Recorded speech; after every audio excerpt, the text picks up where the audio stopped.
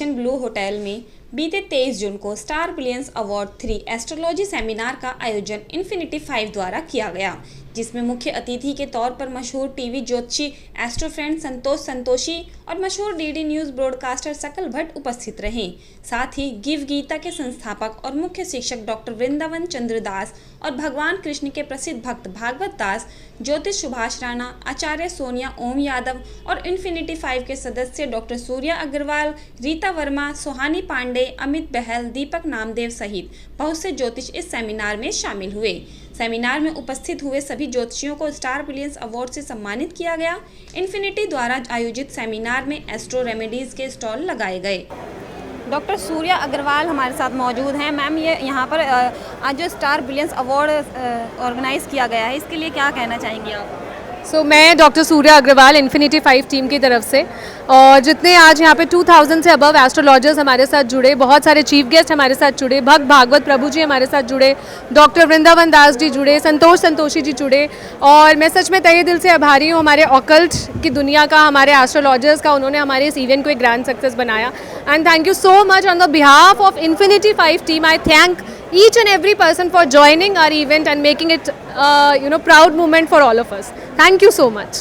Infinity 5 क्या है, आप हमारे दर्शकों को बताइए पहले, ये इन्फिनिटी 5 है क्या? चलो ठीक है, इन्फिनिटी 5 हमारी ऑर्गेनाइजेशन का नाम है। हमारी एक ऑकल्ट ऑर्गेनाइजेशन है, एस्ट्रोलॉजी ऑर्गेनाइजेशन है, जिसके अंतर्गत हम इवेंट्स प्लान करते हैं, साथ के साथ हम कोर्सेज भी अपने लॉन्च करते हैं जो हमारे ऑनलाइन चलते हैं।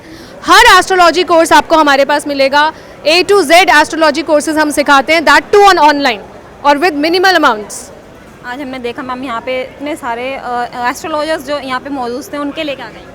उन सबका मतलब मैं तहे दिल से आभार प्रकट करती हूँ। इन्फिनिटी 5 टीम की तरफ से सिर झुका के नमन करती हूँ कि आप लोग सब हमारे बीच में आए और हमारे इस इवेंट को आपने ग्रैंड सक्सेस बनाया।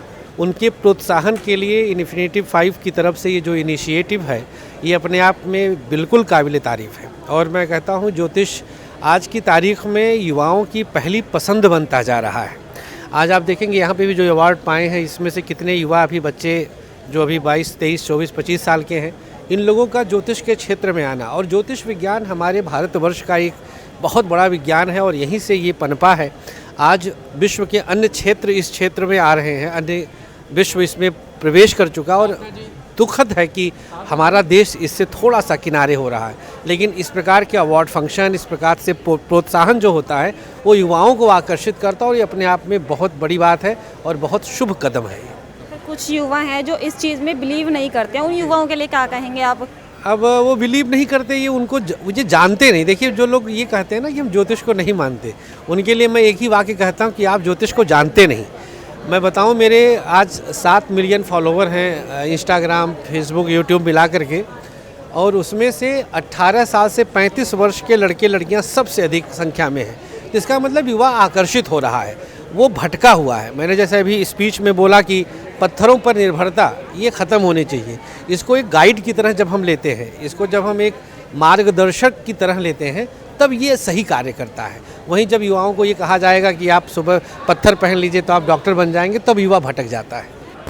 हमारे साथ ज्योतिष आचार्य सोनिया ओम यादव जी हमारे साथ मौजूद है। मैम, आज आपको इस शिरोमणि का अवार्ड मिला है, क्या कहेंगे मैम, कैसा लग रहा है आपको? बहुत बहुत आभार प्रकट करती हूँ और ज्योतिष सम्मेलन का, इस सभा का, कि यहाँ पर इतने और भी अच्छे, मैं ज्योतिष शिरोमणि का ये अवार्ड मुझे मिला, आज मैं बहुत प्रसन्न हूँ।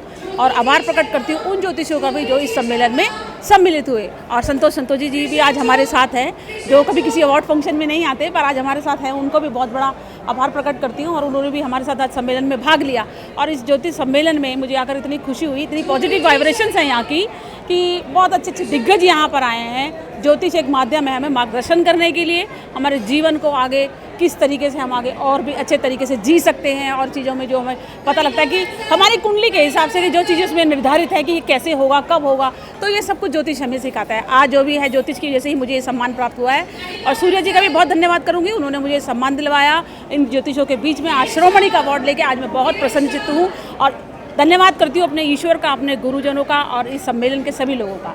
सबसे पहले तो मैं ये जो इन्फिनिटी 5 टीम है जो, इसको इस सफल आयोजन के लिए बहुत बहुत शुभकामनाएं देता हूँ कि इन्होंने लगातार तीसरा एक अवार्ड समारोह जो है वो बहुत शानदार तरीके से ऑर्गेनाइज किया।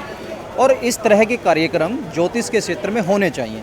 यहाँ पर हर ज्योतिष जो आता है, जो आचार्य जो आता है, वो अपना कुछ न कुछ योगदान समाज को दे के जाता है। और जैसे हम लोग यहाँ आए हैं तो हम लोग वैदिक वास्तु पे बात करते हैं। इन्होंने जैसे मुझे बुलाया और वैदिक वास्तु पे मेरा एक व्याख्यान लिया इन लोगों ने, तो यहाँ जो मैं बताना चाह रहा था लोगों को कि ये बात के वास्तु शास्त्र क्या है और वर्तमान में जो शास्त्र है वो क्या है। वर्तमान में जो लोग वास्तु पे काम कर रहे हैं वो केवल मार्केटिंग कर रहे हैं, शास्त्र आधारित वो वास्तु नहीं है। और जो प्लानिंग पे काम करते हैं, प्लानिंग पे केवल वास्तुशास्त्र में उसका वजन 10 या 12% है, इससे ज़्यादा वास्तुशास्त्र में प्लानिंग का वजन नहीं है। तो अब बात होती है कि वो जो बच गया वास्तुशास्त्र है वो क्या है। जो 90% 80% जो बचा वो भी वास्तुशास्त्र ही है।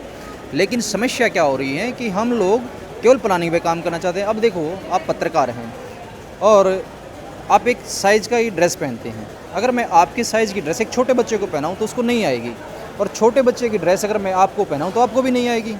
इसी प्रकार वास्तु जो है हमारे शास्त्रों में वर्ण व्यवस्था और आश्रम व्यवस्था के हिसाब से बताया गया है कि जो व्यक्ति जिस वर्ण से है उसी वर्ण से वो वास्तु करे और उसी आश्रम के हिसाब से वास्तु करे। लेकिन आज इस जो युग हो गया है, ये व्यावसायिक ज़्यादा हो गया है, इस व्यवसायीकरण के कारण लोगों ने एक ही तरह का वास्तु बना दिया है। तो इस तरह के जो कार्यक्रम होते हैं उनमें हम जैसे लोग आते हैं, अपना वक्तव्य देते हैं, तो प्रयास रहता है कि आने वाली जो जनरेशन से, आने वाली जो पीढ़ियां हैं उनको कुछ न कुछ सीखने के लिए मिले।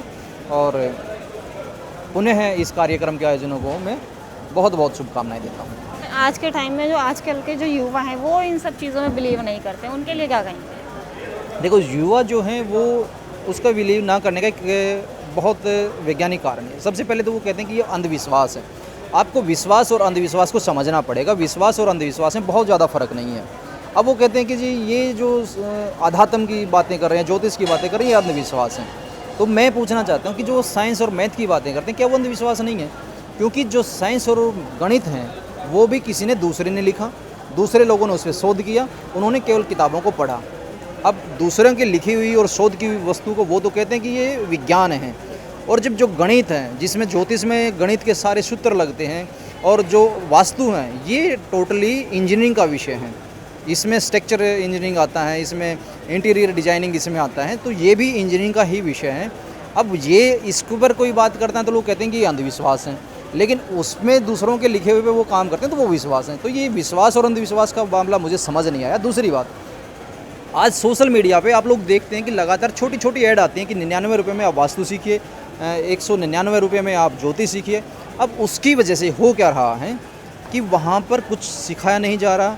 3 दिन की 4 दिन की वर्कशॉप लेते हैं लोग, वास्तु पे आ जाते हैं, तो उससे क्या होगा कि रिजल्ट्स लोगों को मिल नहीं रहे, प्रमाणित चीज़ें वो बता नहीं पा रहे, प्रमाणित शास्त्र आधारित वो काम नहीं कर पा रहे। तो धीरे धीरे करके लोगों का विश्वास उसके प्रति उठ गया है। जो इस विषय को जानना चाहते हैं वो जिससे भी सलाह लें, चाहे वो ज्योतिष की सलाह लें, चाहे वास्तु से सलाह लें, वो उससे एक बात पूछें कि जो वो रेमेडी उसको दे रहा है वो किस शास्त्र में वर्णित है। सारा दूध का दूध और पानी का पानी हो जाएगा। जो लोग 5 लाख 1 लाख फीस लेते हैं आपसे वास्तु की और वो आपको रेमेडी के नाम पे कुछ बेच रहे हैं, आप उससे पूछें कि ये कहाँ वर्णित है। मुश्किल से शास्त्र का जो ग्रंथ है वो आपको 1000 से 2000 रुपये मिल जाएगा। जहाँ 2 लाख रुपये फीस दे रहे हो वो एक पढ़ लो, आपको पता चल जाएगा वो रेमेडी कहीं नहीं है, क्योंकि मार्केट में कुछ और ही बिक रहा है। सर, युवा हैं जो कुछ लोग हैं, उनके ज़्यादातर प्रॉब्लम ये रहती है कि वो मेहनत बहुत करते हैं लेकिन उसका फल उन्हें नहीं मिलता, और जो मानते हैं इस चीज़ के लिए फिर वो इस चीज़ की तरफ आकर्षित होते हैं। देखो, हम बात करते हैं ये सारा विषय जो हैं, आध्यात्म, ज्योतिष, शास्त्र, ये सब जो विषय हैं, ये विषय कहीं ना कहीं आपके मन से जुड़ा है। सांत्विक जो चित्त बोलते हैं, हम चित्त बोलते हैं। जैसे सतयुग में बोलते हैं, सतयुग में ना ग्रह दोष थी, ना बाधाएं थी, ना आपका वास्तु दोष था। कारण वहाँ पर जो इंसान की जो आत्मा थी, चित्त था, वो शुद्ध था, दोष रहित था। अब कलयुग का समय चला हुआ है, यहाँ लोगों की जो चित्त हैं उसमें दूषित हो गई हैं, पोल्यूशन से वातावरण है, तो ये अलग अलग प्रकार की पीड़ाएं जो हैं ये हमें परेशान करने लगी। अब वास्तु क्या है? वास्तु वास करने के लिए हमारे शास्त्रों में एक बहुत सुंदर श्लोक है, आने वाला हर एक कष्ट त्यागने के योग्य है। यानी कि अगर आपको पहले से कोई घटना होनी है या कोई कष्ट आना है, उसको आपको पता है तो आप उसको बदल सकते हैं। इसीलिए वास्तुशास्त्र के जो ग्रंथ लिखे गए उसमें ये कहा गया है कि आप ऐसे घर का निर्माण करें जो आपको सुख, शांति, समृद्धि, पुत्र धन और हर प्रकार से आनंद की वृद्धि करे। और इसके लिए आपको शास्त्र अनुगत, शास्त्र के हिसाब से घर बनाना चाहिए। सर बिना मेहनत करे और शास्त्र की बात माने और मेहनत ना करे तो देखो, पुरुषार्थ को किसी भी शास्त्र ने मना नहीं किया, पुरुषार्थ आपको करना पड़ेगा। ज्योतिष जो हैं वो मौसम विभाग की तरह हैं, जैसे कोई सैटेलाइट है, कोई सॉफ्टवेयर है, वो आपको मौसम की जानकारी देगा। अब वो बारिश को नहीं रोकेगा और ना ही वो बारिश बरसाएगा। इसी प्रकार ज्योतिष का जो ये विषय है, ये केवल आपको संकेत मात्र देता है, ये मेहनत करने से नहीं रोकेगा। ये आपको बताएगा कि इस डायरेक्शन में आपको मेहनत करनी पड़ेगी। ये मेहनत के फल नहीं बदल सकता। कोई भी ग्रह आपको फल देने में सक्षम नहीं है, वो केवल सूचना मात्र का काम करता है। वो सूचना देता है कि आप IAS बन सकते हैं, आप IPS बन सकते हैं, तो आपको मेहनत करनी पड़ेगी इस डायरेक्शंस में। तो मेहनत तो करनी पड़ेगी। ज्योतिष का कोई भी शास्त्र, कोई भी नियम आपको बिना मेहनत किए सफल नहीं कर सकता। मेरे को अच्छा लगा क्योंकि मेरी बुआ का भी था सेमिनार, तो ऐसे लगता है कोई जैसे एस्ट्रोलॉजी का यहाँ पे कुछ गिफ्ट देना हो रहे थे, मेरे को सिर्फ एक वर्ड बोलना होता कि मेरी बुआ का है, तो मेरे को ऐसे करके मिल भी जाते हैं। मतलब मेरे को अच्छा लगा, यहाँ पे सेमिनार भी अच्छा था, मैंने देखा भी बहुत अच्छा था और मस्ती भी बहुत करी। क्या बोलोगे अपनी बुआ जी के लिए? कि ऑल द बेस्ट, अच्छा करो एस्ट्रोटॉक पे। आप क्या कहना चाहेंगी मैम? मैं कहना चाहूँगी ये सेमिनार बहुत अच्छा था। यहाँ पे बहुत अच्छे चीफ गेस्ट आए, उन्होंने हमें काफ़ी अच्छी रेमेडीज़ दी जो हम अपने जीवन में उतार के अपने जीवन को सफल बना सकते हैं।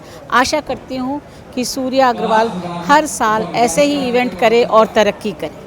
हमारे साथ आज भागवत मौजूद है। भागवत किसी इंट्रोड्यूस के मोहताज नहीं है, जो कि सोशल मीडिया पे भी बहुत ही ज़्यादा फेमस है। ये जो कि आज के 4 साल, आप 4 साल के हो ना? हाँ, 4 साल के एक बच्चे को इतने श्लोक याद हैं कि हमें और आपको भी इतने याद नहीं होंगे। अच्छा आप बताइए, आपको एक श्लोक बोल के बताइए पहले। आप बोलो के हाथ में ही रखो। वो भी रखा है माइक पर। नहीं बोलिए आप एक श्लोक बोल के बताओ। बताऊँ? हाँ सच्ची सच्ची। यदा यदा हि धर्मस्य ग्लानिर्भवति अभ्युदयमधर्मस्य तदात्मानं सदाम्यहम्।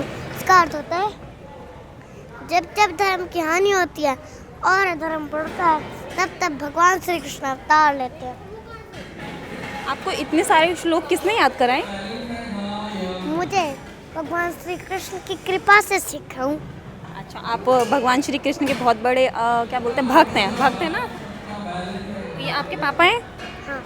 सर जैसे कि 4 साल के बच्चे का आप इतना मतलब इतना हमें भी शायद हमें भी इतनी नॉलेज नहीं होगी इन सब चीज़ों के बारे में, क्या कहेंगे आप? नॉलेज होनी चाहिए, सबको नॉलेज होनी चाहिए। ये हमारी कमी है, हमें नॉलेज नहीं है। मुसलमान कुरान पढ़ते हैं, क्रिश्चियन बाइबल पढ़ते हैं, पर अधिकतर हिंदू भगवद गीता नहीं पढ़ते। हर हिंदू जो है वो तभी हिंदू कहलाएगा जब वो भगवद गीता का ज्ञान लेगा, अन्यथा वो हिंदू नहीं कहला सकता, क्योंकि वो रबर स्टैम्प हिंदू है ना। मतलब अगर आप देखो कि अगर मैं अपने जानवर का नाम, कोई कुत्ता है मान लो, उस डॉग का नाम मैंने कोई भी हिंदू नाम रख दिया, अनिल रख दिया, तो वो क्या हिंदू थोड़ी हो जाएगा? तो हिंदू नाम रखने से हिंदू नहीं होता है ना। मंदिर जाने से केवल आप हिंदू नहीं कहलाते। मंदिर तो छिपकली 24 घंटे रहती है, तो आप हिंदू कब कहलाएंगे, सनातन धर्मी कब कहलाएंगे? जब आप सनातन की मुख्य पुस्तक भगवद गीता का अध्ययन करेंगे। तो हमने बचपन से भगवद गीता का, भागवतम का, वेद शास्त्रों का अध्ययन कराया है। और पेरेंट्स से भी यही कहेंगे कि भाई आप सब भी अपने बच्चों को ये ज्ञान दीजिए और अपना जीवन सफल बनाइए। आजकल के पेरेंट्स ज़्यादा बच्चों को अंग्रेजी स्कूलों में भेजते हैं, इन सब का ज़्यादा ज्ञान नहीं ध्यान देते सर, उसके लिए क्या कहेंगे? हाँ नहीं, एक्चुअली वो मतलब वो समझते हैं कि हमारी संस्कृति में कुछ बात नहीं है, मतलब वो अज्ञानी हैं, उनको ज्ञानी बनना पड़ेगा। वो वेस्टर्न वर्ल्ड के पीछे भाग रहे हैं, उनको इन सब से मतलब समझना पड़ेगा कि हमारी संस्कृति सबसे पावरफुल संस्कृति है और भारतवर्ष जो है वो पूरे विश्व का गुरु है। परंतु आज हम लोग ही जब हमारी संस्कृति पे गर्व नहीं करेंगे तो बाहर वाले क्या गर्व करेंगे? तो इसलिए हमें सबको एकजुट होके हमारी संस्कृति के बारे में जानना चाहिए, समझना चाहिए। और 100% मतलब हमारी संस्कृति में इतनी पावर है कि वो मतलब एक व्यक्ति जो सुसाइड कर रहा है उसको भी बचा सकती है, जो डिप्रेशन में है उसको भी वहाँ से निकाल सकती है। और भौतिक जगत जो वेस्टर्न वर्ल्ड की संस्कृति है वो ऐसी है कि वो अच्छे खासे व्यक्ति को सुसाइड में डाल दे और अच्छे खासे व्यक्ति को डिप्रेशन में डाल दे। समझ रहे हो आप? दोनों उल्टी हैं। तो आज ये जितने भी माता पिता हैं अपने बच्चे को स्कूलों में भेज रहे हैं केवल एक तरफा पढ़ाई करा रहे हैं, हम इनसे कहते हैं कि ठीक है आप वो पढ़ाई कराओ, पर साथ में अपने बच्चों को आध्यात्मिक ज्ञान भी दो। क्योंकि अगर आप ये ज्ञान नहीं दोगे तो बाद में आप ही पछताओगे जब आपका बच्चा इतनी बुरी टेंशन में चला जाएगा, जब आपका पूरा परिवार बिगड़ जाएगा। तो ये है।